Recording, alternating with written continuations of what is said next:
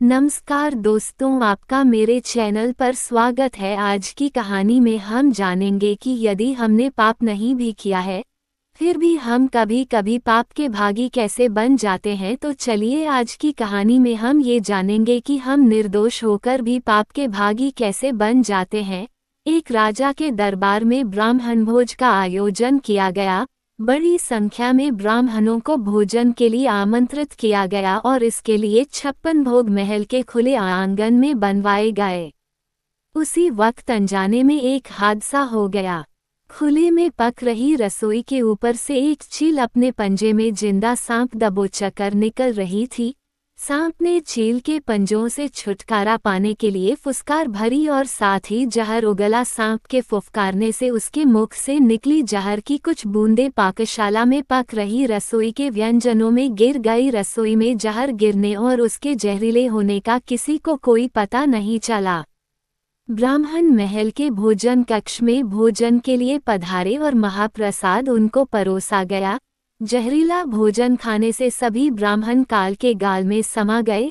जब राजा को इस बात का पता चला तो ब्रह्म हत्या के पाप ने उसको दुखी कर डाला। ऐसे में सबसे ज्यादा मुश्किल खड़ी हो गई यमराज के लिए कि आखिर इस पाप का भागी कौन है और ब्राह्मण हत्या के पाप के लिए किसको दंड दिया जाए।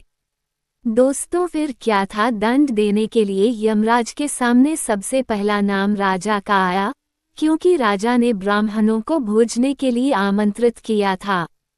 यमराज के मन में दूसरा नाम रसोइये का आया, जिसने ब्राह्मणों के लिए महाप्रसाद तैयार किया था। राजा को तीसरा ख्याल चील का आया, जी सांप को पकड़कर ले जा रही थी। और सबसे अंत में यमराज ने सांप के पाप पर विचार किया। लंबे समय तक यमराज अनिर्णय की स्थिति में रहे कि आखिर ब्राह्मण हत्या का दंड किसको दिया जाए। घटना के कुछ समय बाद कुछ ब्राह्मण राजा से मिलने के लिए उसके महल में जा रहे थे। ब्राह्मणों ने एक महिला से महल का रास्ता पूछ लिया।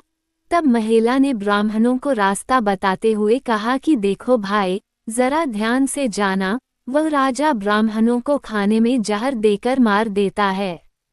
जैसे ही महिला ने यह बात कही, यमराज ने फैसला कर लिया कि मृत ब्राह्मणों के पाप का फल इस महिला के खाते में जाएगा और ये दंड को भोगेगी। लेकिन इस बात से यमदूत बहुत ही आश्चर्य में पड़ गई कि ऐसा क्यों।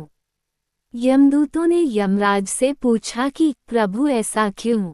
तब यमराज ने कहा, जब कोई व्यक्ति पाप करता है तो उसको पाप कर्म करने में बड़ा आनंद आता है। ब्राह्मणों की मौत से न तो राजा को, न रसोइये को, न चील को और न ही सांप को आनंद आया। ये सभी इस अपराध से अनजान भी थे। महापाप की इस दुर्घटना का इस महिला ने जोर शोर से बखान कर जरूर मजा लिया, इसलिए ब्राह्मण हत्या का ये पाप इसके खाते में जाएगा। इसलिए दोस्तों, हमें इस कहानी से यह शिक्षा मिलती है कि अक्सर हम यही सोचते हैं कि हमने कभी कोई बड़ा पाप नहीं किया है, उसके बावजूद हमको किस बात का दंड मिल रहा है। ये दंड वही होता है जो हम परनिंदा का पाप कर संचित करते रहते हैं। दोस्तों, वीडियो पसंद आया हो तो लाइक और शेयर जरूर करें और हमारे चैनल को सब्सक्राइब करना ना भूलें। आप सभी का धन्यवाद।